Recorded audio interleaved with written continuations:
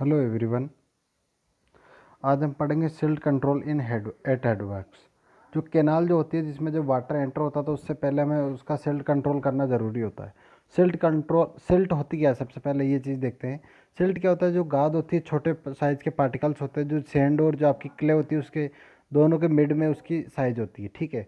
वो क्या करती है कि जो छोटे छोटे साइज़ के पार्टिकल्स है वो वाटर के अंदर जब सस्पेंशन के अंदर आ जाते हैं, कहने का अर्थ ये है कि जो पानी बहता है जब उसमें मिक्स हो जाता है, तो वो जब कैनाल में वाटर एंटर करता है हेड रेगुलेटर की लोकेशन पर, तो वहाँ से क्या होता है, वो कैनाल में एंटर करने के बाद वो धीरे धीरे कैनाल का जो बेड होता है उसके ऊपर जमते जाते हैं। और उसके बाद जमने के बाद क्या होता है, धीरे धीरे जो कैनाल की कैपेसिटी होती है वो कैनाल की कैपेसिटी कम हो जाती है, क्योंकि जैसे ही वो बेड के ऊपर जमेगा तो जो उसकी इफेक्टिव डेप्थ होती है कैनाल की वो कम हो जाती है। तो उसकी वजह से जो आपकी कैनाल होगी उसकी कैपेसिटी कम हो जाएगी और आपको बार बार उसकी ड्रेजिंग करनी पड़ेगी। ड्रेजिंग का मतलब ये है कि उस कैनाल की जो है क्लीनिंग करनी पड़ेगी। कहने वाला जो अंदर की जो सिल्ट जमा हो गई उस सिल्ट को बाहर निकालना पड़ेगा।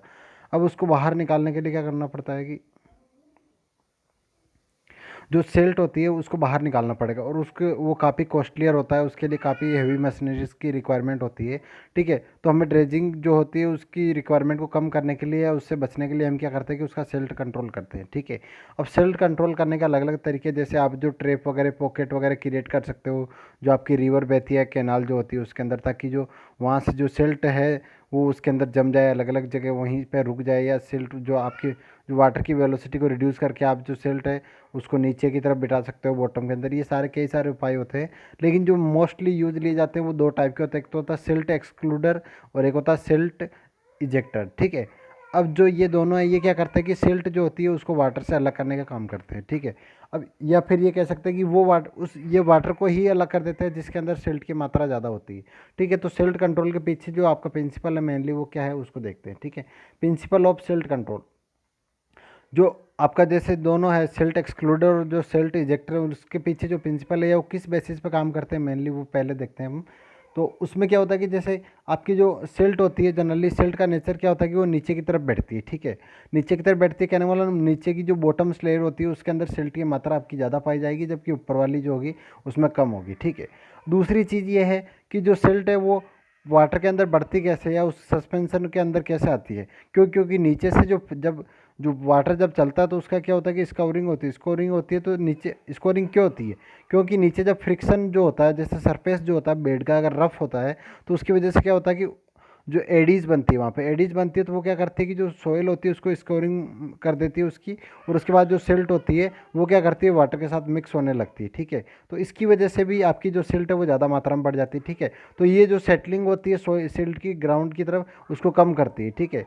तो इससे बचने के लिए अगर हम वहाँ पे बॉटम जो है स्मूथ सरफेस प्रोवाइड करवा देंगे तो क्या होगा कि आपका जो वाटर है उसके अंदर सिल्ट की मात्रा कम हो जाएगी, आपकी सिल्ट जो है नीचे की तरफ सेटल डाउन हो जाएगी, ठीक है। तो ये दो हम जो जो स्मूथ सरफेस है वो कैसे प्रोवाइड करवा सकते हैं, हम उसकी लाइनिंग करवा के प्रोवाइड करवा सकते हैं, या आर्टिफिशियल सरफेस उसके बॉटम में बनाकर हम ये जो है प्रोवाइड करवा सकते हैं, ठीक है। तो जो आपका फ्रिक्शन सरफेस है उसकी अगर आप फ्रिक्शननेस कम कर दोगे, फ्रिक्शन कम कर दोगे और स्मूथनेस बढ़ा दोगे, ठीक है, बॉटम लेयर्स के अंदर, तो क्या होगा कि आपका जो है डिस्टर्बेंस कम हो जाएगा और जो आपकी जो है सिल्ट है वो वाटर के अंदर जो है सेटल डाउन होना शुरू हो जाएगी, ठीक है। इस तरीके से हम उसको रिमूव कर सकते हैं। अब हमारे पास दो उपाय है, एक होता है सिल्ट एक्सट्रैक्टर, एक होता है सिल्ट एक्सक्लूडर, ठीक है। सॉरी, एक्सट्रैक्टर जो है दोनों को कॉमनली कहते हैं, एक होता है एक्सक्लूडर, एक होता है आपका सिल्ट इजेक्टर, ठीक है। इजेक्टर को जनरली एक्सट्रैक्टर भी कहा जाता है, ठीक है। तो आपका जो है डिस्टर्बेंस जो होता है, जैसे कि फ्रिक्शन का जो सरफेस होता है उसका जो सरफेस होता है वेलोसिटी का भी इसमें काफ़ी फर्क पड़ता है, ठीक है। तो हमारी जो रिवर होती है उसमें ये जो स्कोरिंग वाली प्रॉब्लम ज़्यादा होती है, ठीक है। और जो डिस्टर्बेंस जो होता है वो ज़्यादा होता है, तो वहाँ पे सिल्ट जो होती है वाटर में ज़्यादा मिक्स रहती है, सस्पेंशन के अंदर ज़्यादा रहती है, ठीक है। तो जो रिवर होती है वहाँ पे आपके जो है ये एक्सक्लूडर जो होता है वो ज़्यादा इफेक्टिव नहीं हो पाता, ठीक है। जबकि जो इजेक्टर होता है उसको हम कहाँ पे लगाते हैं? कैनाल के अंदर लगाते हैं। जैसे वाटर जो होता है हेड रेगुलेटर से एंटर करता है जैसे ही कैनाल के अंदर, तो जो हेड रेगुलेटर से पहले जो लगता है वो होता है सिल्ट एक्सक्लूडर, और जो उसके बाद में लगता है कैनाल के वाटर जब कैनाल के अंदर एंटर हो जाता है उसके 10-20 फीट बाद में, तब आपका जो लगता है वो होता है सिल्ट इजेक्टर, ठीक है। उसको हम सिल्ट एक्सट्रैक्टर भी कहते हैं, ठीक है। तो जो होता है सिल्ट एक्सट्रैक्टर जो है वहाँ पर कैनाल के अंदर डिस्टर्बेंस कम होता है। इसका मतलब क्या है कि सिल्ट एक्सट्रैक्टर जो है आपका सुपीरियर होता है और ज़्यादा इफेक्टिवली काम कर पाता है, ठीक है। इसको आगे देखते हैं। अब इन दोनों को सेपरेटली देखते हैं। एक होता है सिल्ट एक्सक्लूडर और एक होता है आपका सिल्ट एक्सट्रैक्टर। ठीक है, सबसे पहले एक्सक्लूडर देखते हैं। तो एक्सक्लूडर में क्या होता है कि पहले इसको डायग्राम के थ्रू देखते हैं। जैसे ये डायग्राम है, ठीक है, ये जो है आपका लेफ्ट हैंड साइड से आपका वाटर जो है वो एंटर हो रहा है और राइट हैंड साइड की तरफ जा रहा है। ठीक है, इसके अंदर क्या होता है कि जो नीचे की लेयर्स होगी वाटर की उसमें सिल्ट की मात्रा ज़्यादा होगी और ऊपर की लेयर होगी उसमें सिल्ट की मात्रा कम होगी। ठीक है, तो हम क्या करते हैं, इसके अंदर टनल बना देते हैं बॉटम के ऊपर। ठीक है, तो जो टनल है उसके अंदर बॉटम के ऊपर जैसे टनल बनाओगे कुछ हाइट की जैसे, तो उस जो नीचे वाली लेयर्स में जिसमें सिल्ट ज़्यादा होगी वो क्या करेगी, उस टनल के थ्रू एंटर होकर डायरेक्टली पास हो जाएगी। जबकि ऊपर का जो वाटर है उसको हम क्या करेंगे, हेड रेगुलेटर के थ्रू कैनाल के अंदर एंटर करवा देंगे। ठीक है, तो इस तरीके से आपका सिल्ट एक्सक्लूडर काम करता है। ठीक है, तो इसमें जो है आप क्या करोगे, पहले जो स्लेब होता है, जैसे टनल बनाई तो उसका जो हॉरिजेंटल स्लेब होता है टॉप वाला, वो स्लेब क्या करता है, इन दोनों को सेपरेट कर देता है। जिस लेयर के अंदर सिल्ट ज़्यादा होती है और ऊपर वाली लेयर में क्या होता है, सिल्ट कम होती है। ठीक है, तो जो हॉरिजेंटल स्लेब होता है वो क्या करता है, उसको दो पार्ट्स में डिवाइड कर देता है वाटर को, अपर लेयर और लोअर लेयर। अपर लेयर में सिल्ट कम होगी तो वो सीधा जो है आपका कैनाल में एंटर हो जाएगा वाटर, और जो लोअर लेयर में सिल्ट ज़्यादा होगी तो वो क्या करेगा, टनल के अंदर एंटर हो जाएगा। टनल से जो है वाटर सीधा पास होकर आगे की तरफ चला जाएगा, जबकि जो ऊपर से जो वाटर पास हुआ उसको हेड रेगुलेटर के थ्रू हम कैनाल में एंटर करवा देते हैं, जिसके अंदर सिल्ट कम से कम होती है। ठीक है, इतना करने के बावजूद भी काफ़ी मात्रा में जो सिल्ट होती है वो कैनाल के अंदर एंटर हो जाती है। ठीक है, उसको निकालने के लिए हम क्या करते हैं कि इजेक्टर का यूज़ करते हैं। ठीक है, सिल्ट इजेक्टर। सिल्ट इजेक्टर क्या होता है कि जो आपका जैसे 1000 गज की दूरी पे हम क्या करते हैं कि जो जो आपका हेड रेगुलेटर होता है या जो कैनाल के अंदर वाटर एंटर हो जाता है उसके 1000 गज की दूरी पे जो डाउन स्ट्रीम की तरफ होता है। ठीक है, वो कैसे वर्क करता है, जो हमें सिल्ट इजेक्टर की ज़रूरत क्यों पड़ती है, क्योंकि जो जो सिल्ट होती है आपकी दो साइज़ की होती है। जो छोटी साइज़ की होती है वो क्या काफ़ी फर्टाइल होती है, कहने वाला उपजाऊ होती है। ठीक है, तो वो अगर पानी के अंदर मिक्स होती है और खेत फील्ड में जाती है अगर एग्रीकल्चरल फील्ड के अंदर, तो उससे कोई ज़्यादा नुकसान वाली बात नहीं, क्योंकि वो फर्टाइल होती है। ठीक है, तो फ़ायदेमंद रहती है। लेकिन जो हैवी वाली रहती है वो फर्टाइल नहीं रहती, तो उसको हमें बाहर निकालने की ज़रूरत होती है। ठीक है, तो उसको हम सिल्ट इजेक्टर के थ्रू बाहर निकालते हैं। ठीक है, तो ये डायग्राम आपको दिखाई दे रहा है, इसमें लेफ्ट हैंड साइड से फ्लो डायरेक्शन आपको दिखाया जा रहा है। तो आगे है ये फ्लो डायरेक्शन। ठीक है, अब इसमें क्या हो रहा है, जो राइट हैंड साइड में जैसे फ्लो हो रहा है, फ्लो के राइट हैंड साइड में एक कैनाल बनी हुई है। ठीक है, यहाँ पे, ठीक है, जो आपका फ्लो ये रिवर मेन जा रही है, वहाँ से राइट हैंड साइड में कैनाल निकल के जा रही है। उस कैनाल के अंदर जो है, जैसे रिवर के अंदर जो आपको हॉरिजेंटल लाइन दिखाई दे रही है वो क्या है, आपका जो है एक्सक्लूडर है, सिल्ट एक्सक्लूडर। ठीक है, जहाँ से वाटर को आपको एंटर करवाया गया है। ठीक है, अब जो है जैसे इरिगेशन कैनाल के अंदर वाटर एंटर हुआ वहाँ पे सिल्ट इजेक्टर लगाया गया है। वो इजेक्टर क्या करता है कि आपकी जो पानी के अंदर जहाँ बॉटम लेयर के ऊपर सिल्ट ज़्यादा होगी उस सिल्ट को वापस बाहर निकालेगा। ठीक है, और साइड में निकाल के वापस जो मेन रिवर थी उसके अंदर एंटर करवा देता है। ठीक है, और जो साफ पानी होता है वो क्या करता है, कैनाल के अंदर आगे की तरफ बढ़ जाता है। ठीक है, ये देखो, ये जो आपको डायग्राम दिखाई दे रहा है इसमें टॉप से आप देखोगे मेन कैनाल जो है इसमें क्या कर रहा है, जो वाटर है वो एंटर कर रहा है। ठीक है, और यहाँ पे लिखा आपका सिल्टेड वाटर। सिल्टेड वाटर मतलब जिस वाटर के अंदर क्या है, सिल्ट की भी मात्रा काफ़ी ज़्यादा है। ठीक है, लेकिन जैसे ये सिल्ट इजेक्टर से पास होता है उसके बाद ये वाटर कैसा हो जाता है, क्लियर हो जाता है। और जो पानी के अंदर जिसमें सिल्ट ज़्यादा होती है, जिन लेयर्स के अंदर सिल्ट ज़्यादा होती है, उन लेयर्स को क्या किया जाता है कि टनल के थ्रू सेपरेट करके वापस रिवर के अंदर ऐड कर दिया जाता है। ठीक है, ये जो होता है इसमें क्या होता है कि आज जो आपकी कैनाल बेड होती है उसके ऊपर एक हॉरिजेंटल स्लेब होता है, सेम जैसा आपका सिल्ट एक्सक्लूडर होता है वैसी शेप इसकी होती है, वैसा ही जो डिज़ाइन होता है इसका होता है। ठीक है, इसके जो डिज़ाइन के लिए मेन पॉइंट है वो क्या क्या है वो एक बार देख लेते हैं।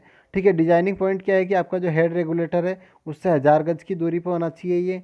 ठीक है, और उसके बाद में जो बेड विड्थ है, जो उसको हम क्या करते हैं कि जो जैसे कैनाल की बेड विड्थ है उसको अलग अलग नंबर ऑफ टनल्स के अंदर डिवाइड कर देते हैं। ठीक है, वो टनल्स जिस तरफ आपका रिवर है, जैसे आपकी रिवर कैनाल में एंटर होने वाटर एंटर होने के बाद राइट हैंड साइड में होगी तो आप उसको राइट हैंड साइड में मोड़ दोगे टनल को। अगर लेफ्ट हैंड साइड में होगी तो टनल को लेफ्ट हैंड साइड के अंदर कर्व की फॉर्म में मोड़ दोगे। ठीक है, और वो क्या करेंगे, रेगुलेटर के थ्रू आप क्या करते हो, जो उसके आगे गेट लगे होते हैं तो उसके थ्रू आप क्या करोगे, जैसे गेट को ओपन करोगे तो आपका जो वाटर है जिसके अंदर सल्ट की मात्रा ज़्यादा होगी वो वापस रिवर के अंदर ऐड हो जाएगा। ठीक है, अब जो है जो टनल की हाइट है, जो जैसे सिल्ट इजेक्टर है तो उसके अंदर टनल की हाइट कितनी होनी चाहिए, वाटर की जो कैनाल है उसके अंदर जो वाटर आपका फ्लो होगा तो उसकी जो डिजाइन डेप्थ है उसका 20 से 25% हाइट किसकी होती है, टनल की होती है। ठीक है, और जो आपके एंट्रेंस के टाइम जो है जो आपका स्लोप है, जैसे जो स्लेब है, स्लेब जैसे आपके हॉरिजेंटल टनल है, टनल जो है टनल की दीवार कैसी होगी, साइड में वर्टिकल दीवार होगी। ठीक है,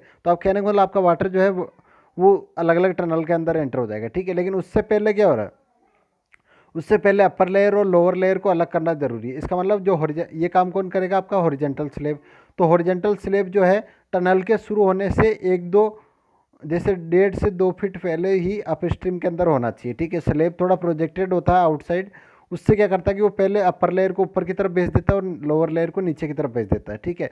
वो पहले अपर लेयर और लोअर लेयर को डिफ्रेंशिएट करता है, उसके बाद में लोअर लेयर जो होती है वो टनल की जो वर्टिकल्स जो वॉल होती है उनके थ्रू क्या होता है, अलग अलग टनल के अंदर डिफ्रेंशिएट होकर एंटर हो जाता है, ठीक है। इस तरीके से जो आपकी टनल डिजाइन होती है, ठीक है। अब जो होता है इसके अंदर वाटर की वेलोसिटी कितनी होनी चाहिए डिस्चार्ज जब आपके टनल के अंदर वो फ्लो होगा, ठीक है, जो जिसके अंदर सिल्ट ज़्यादा होगी उसकी 8 से 10 फीट प्रति सेकंड, कहना मतलब 2 से 3 मीटर प्रति सेकंड की स्पीड उसके अंदर होनी चाहिए, ठीक है। अब जो आपका एस्केप वाटर होता है जिसके अंदर सिल्ट की मात्रा ज़्यादा होती है वो वापस रिवर के अंदर डाउन स्ट्रीम साइड में डिस्चार्ज कर दिया जाता है, कहना मतलब डाउन स्ट्रीम किसका, हेडवर्क से डाउन स्ट्रीम की तरफ, ठीक है। अब जो है आपका जो जैसे जो सिल्ट इजेक्टर होता है वहाँ से जो डाउन स्ट्रीम का है हेड, ठीक है, सिल्ट इजेक्टर की कोई अपनी हाइट होगी या अपना हेड होगा, टोटल हेड, ठीक है। और जो आपकी डाउन स्ट्रीम जहाँ पे आप वाटर को डिस्चार्ज कर रहे हो उसका भी कुछ टोटल हेड होगा, ठीक है।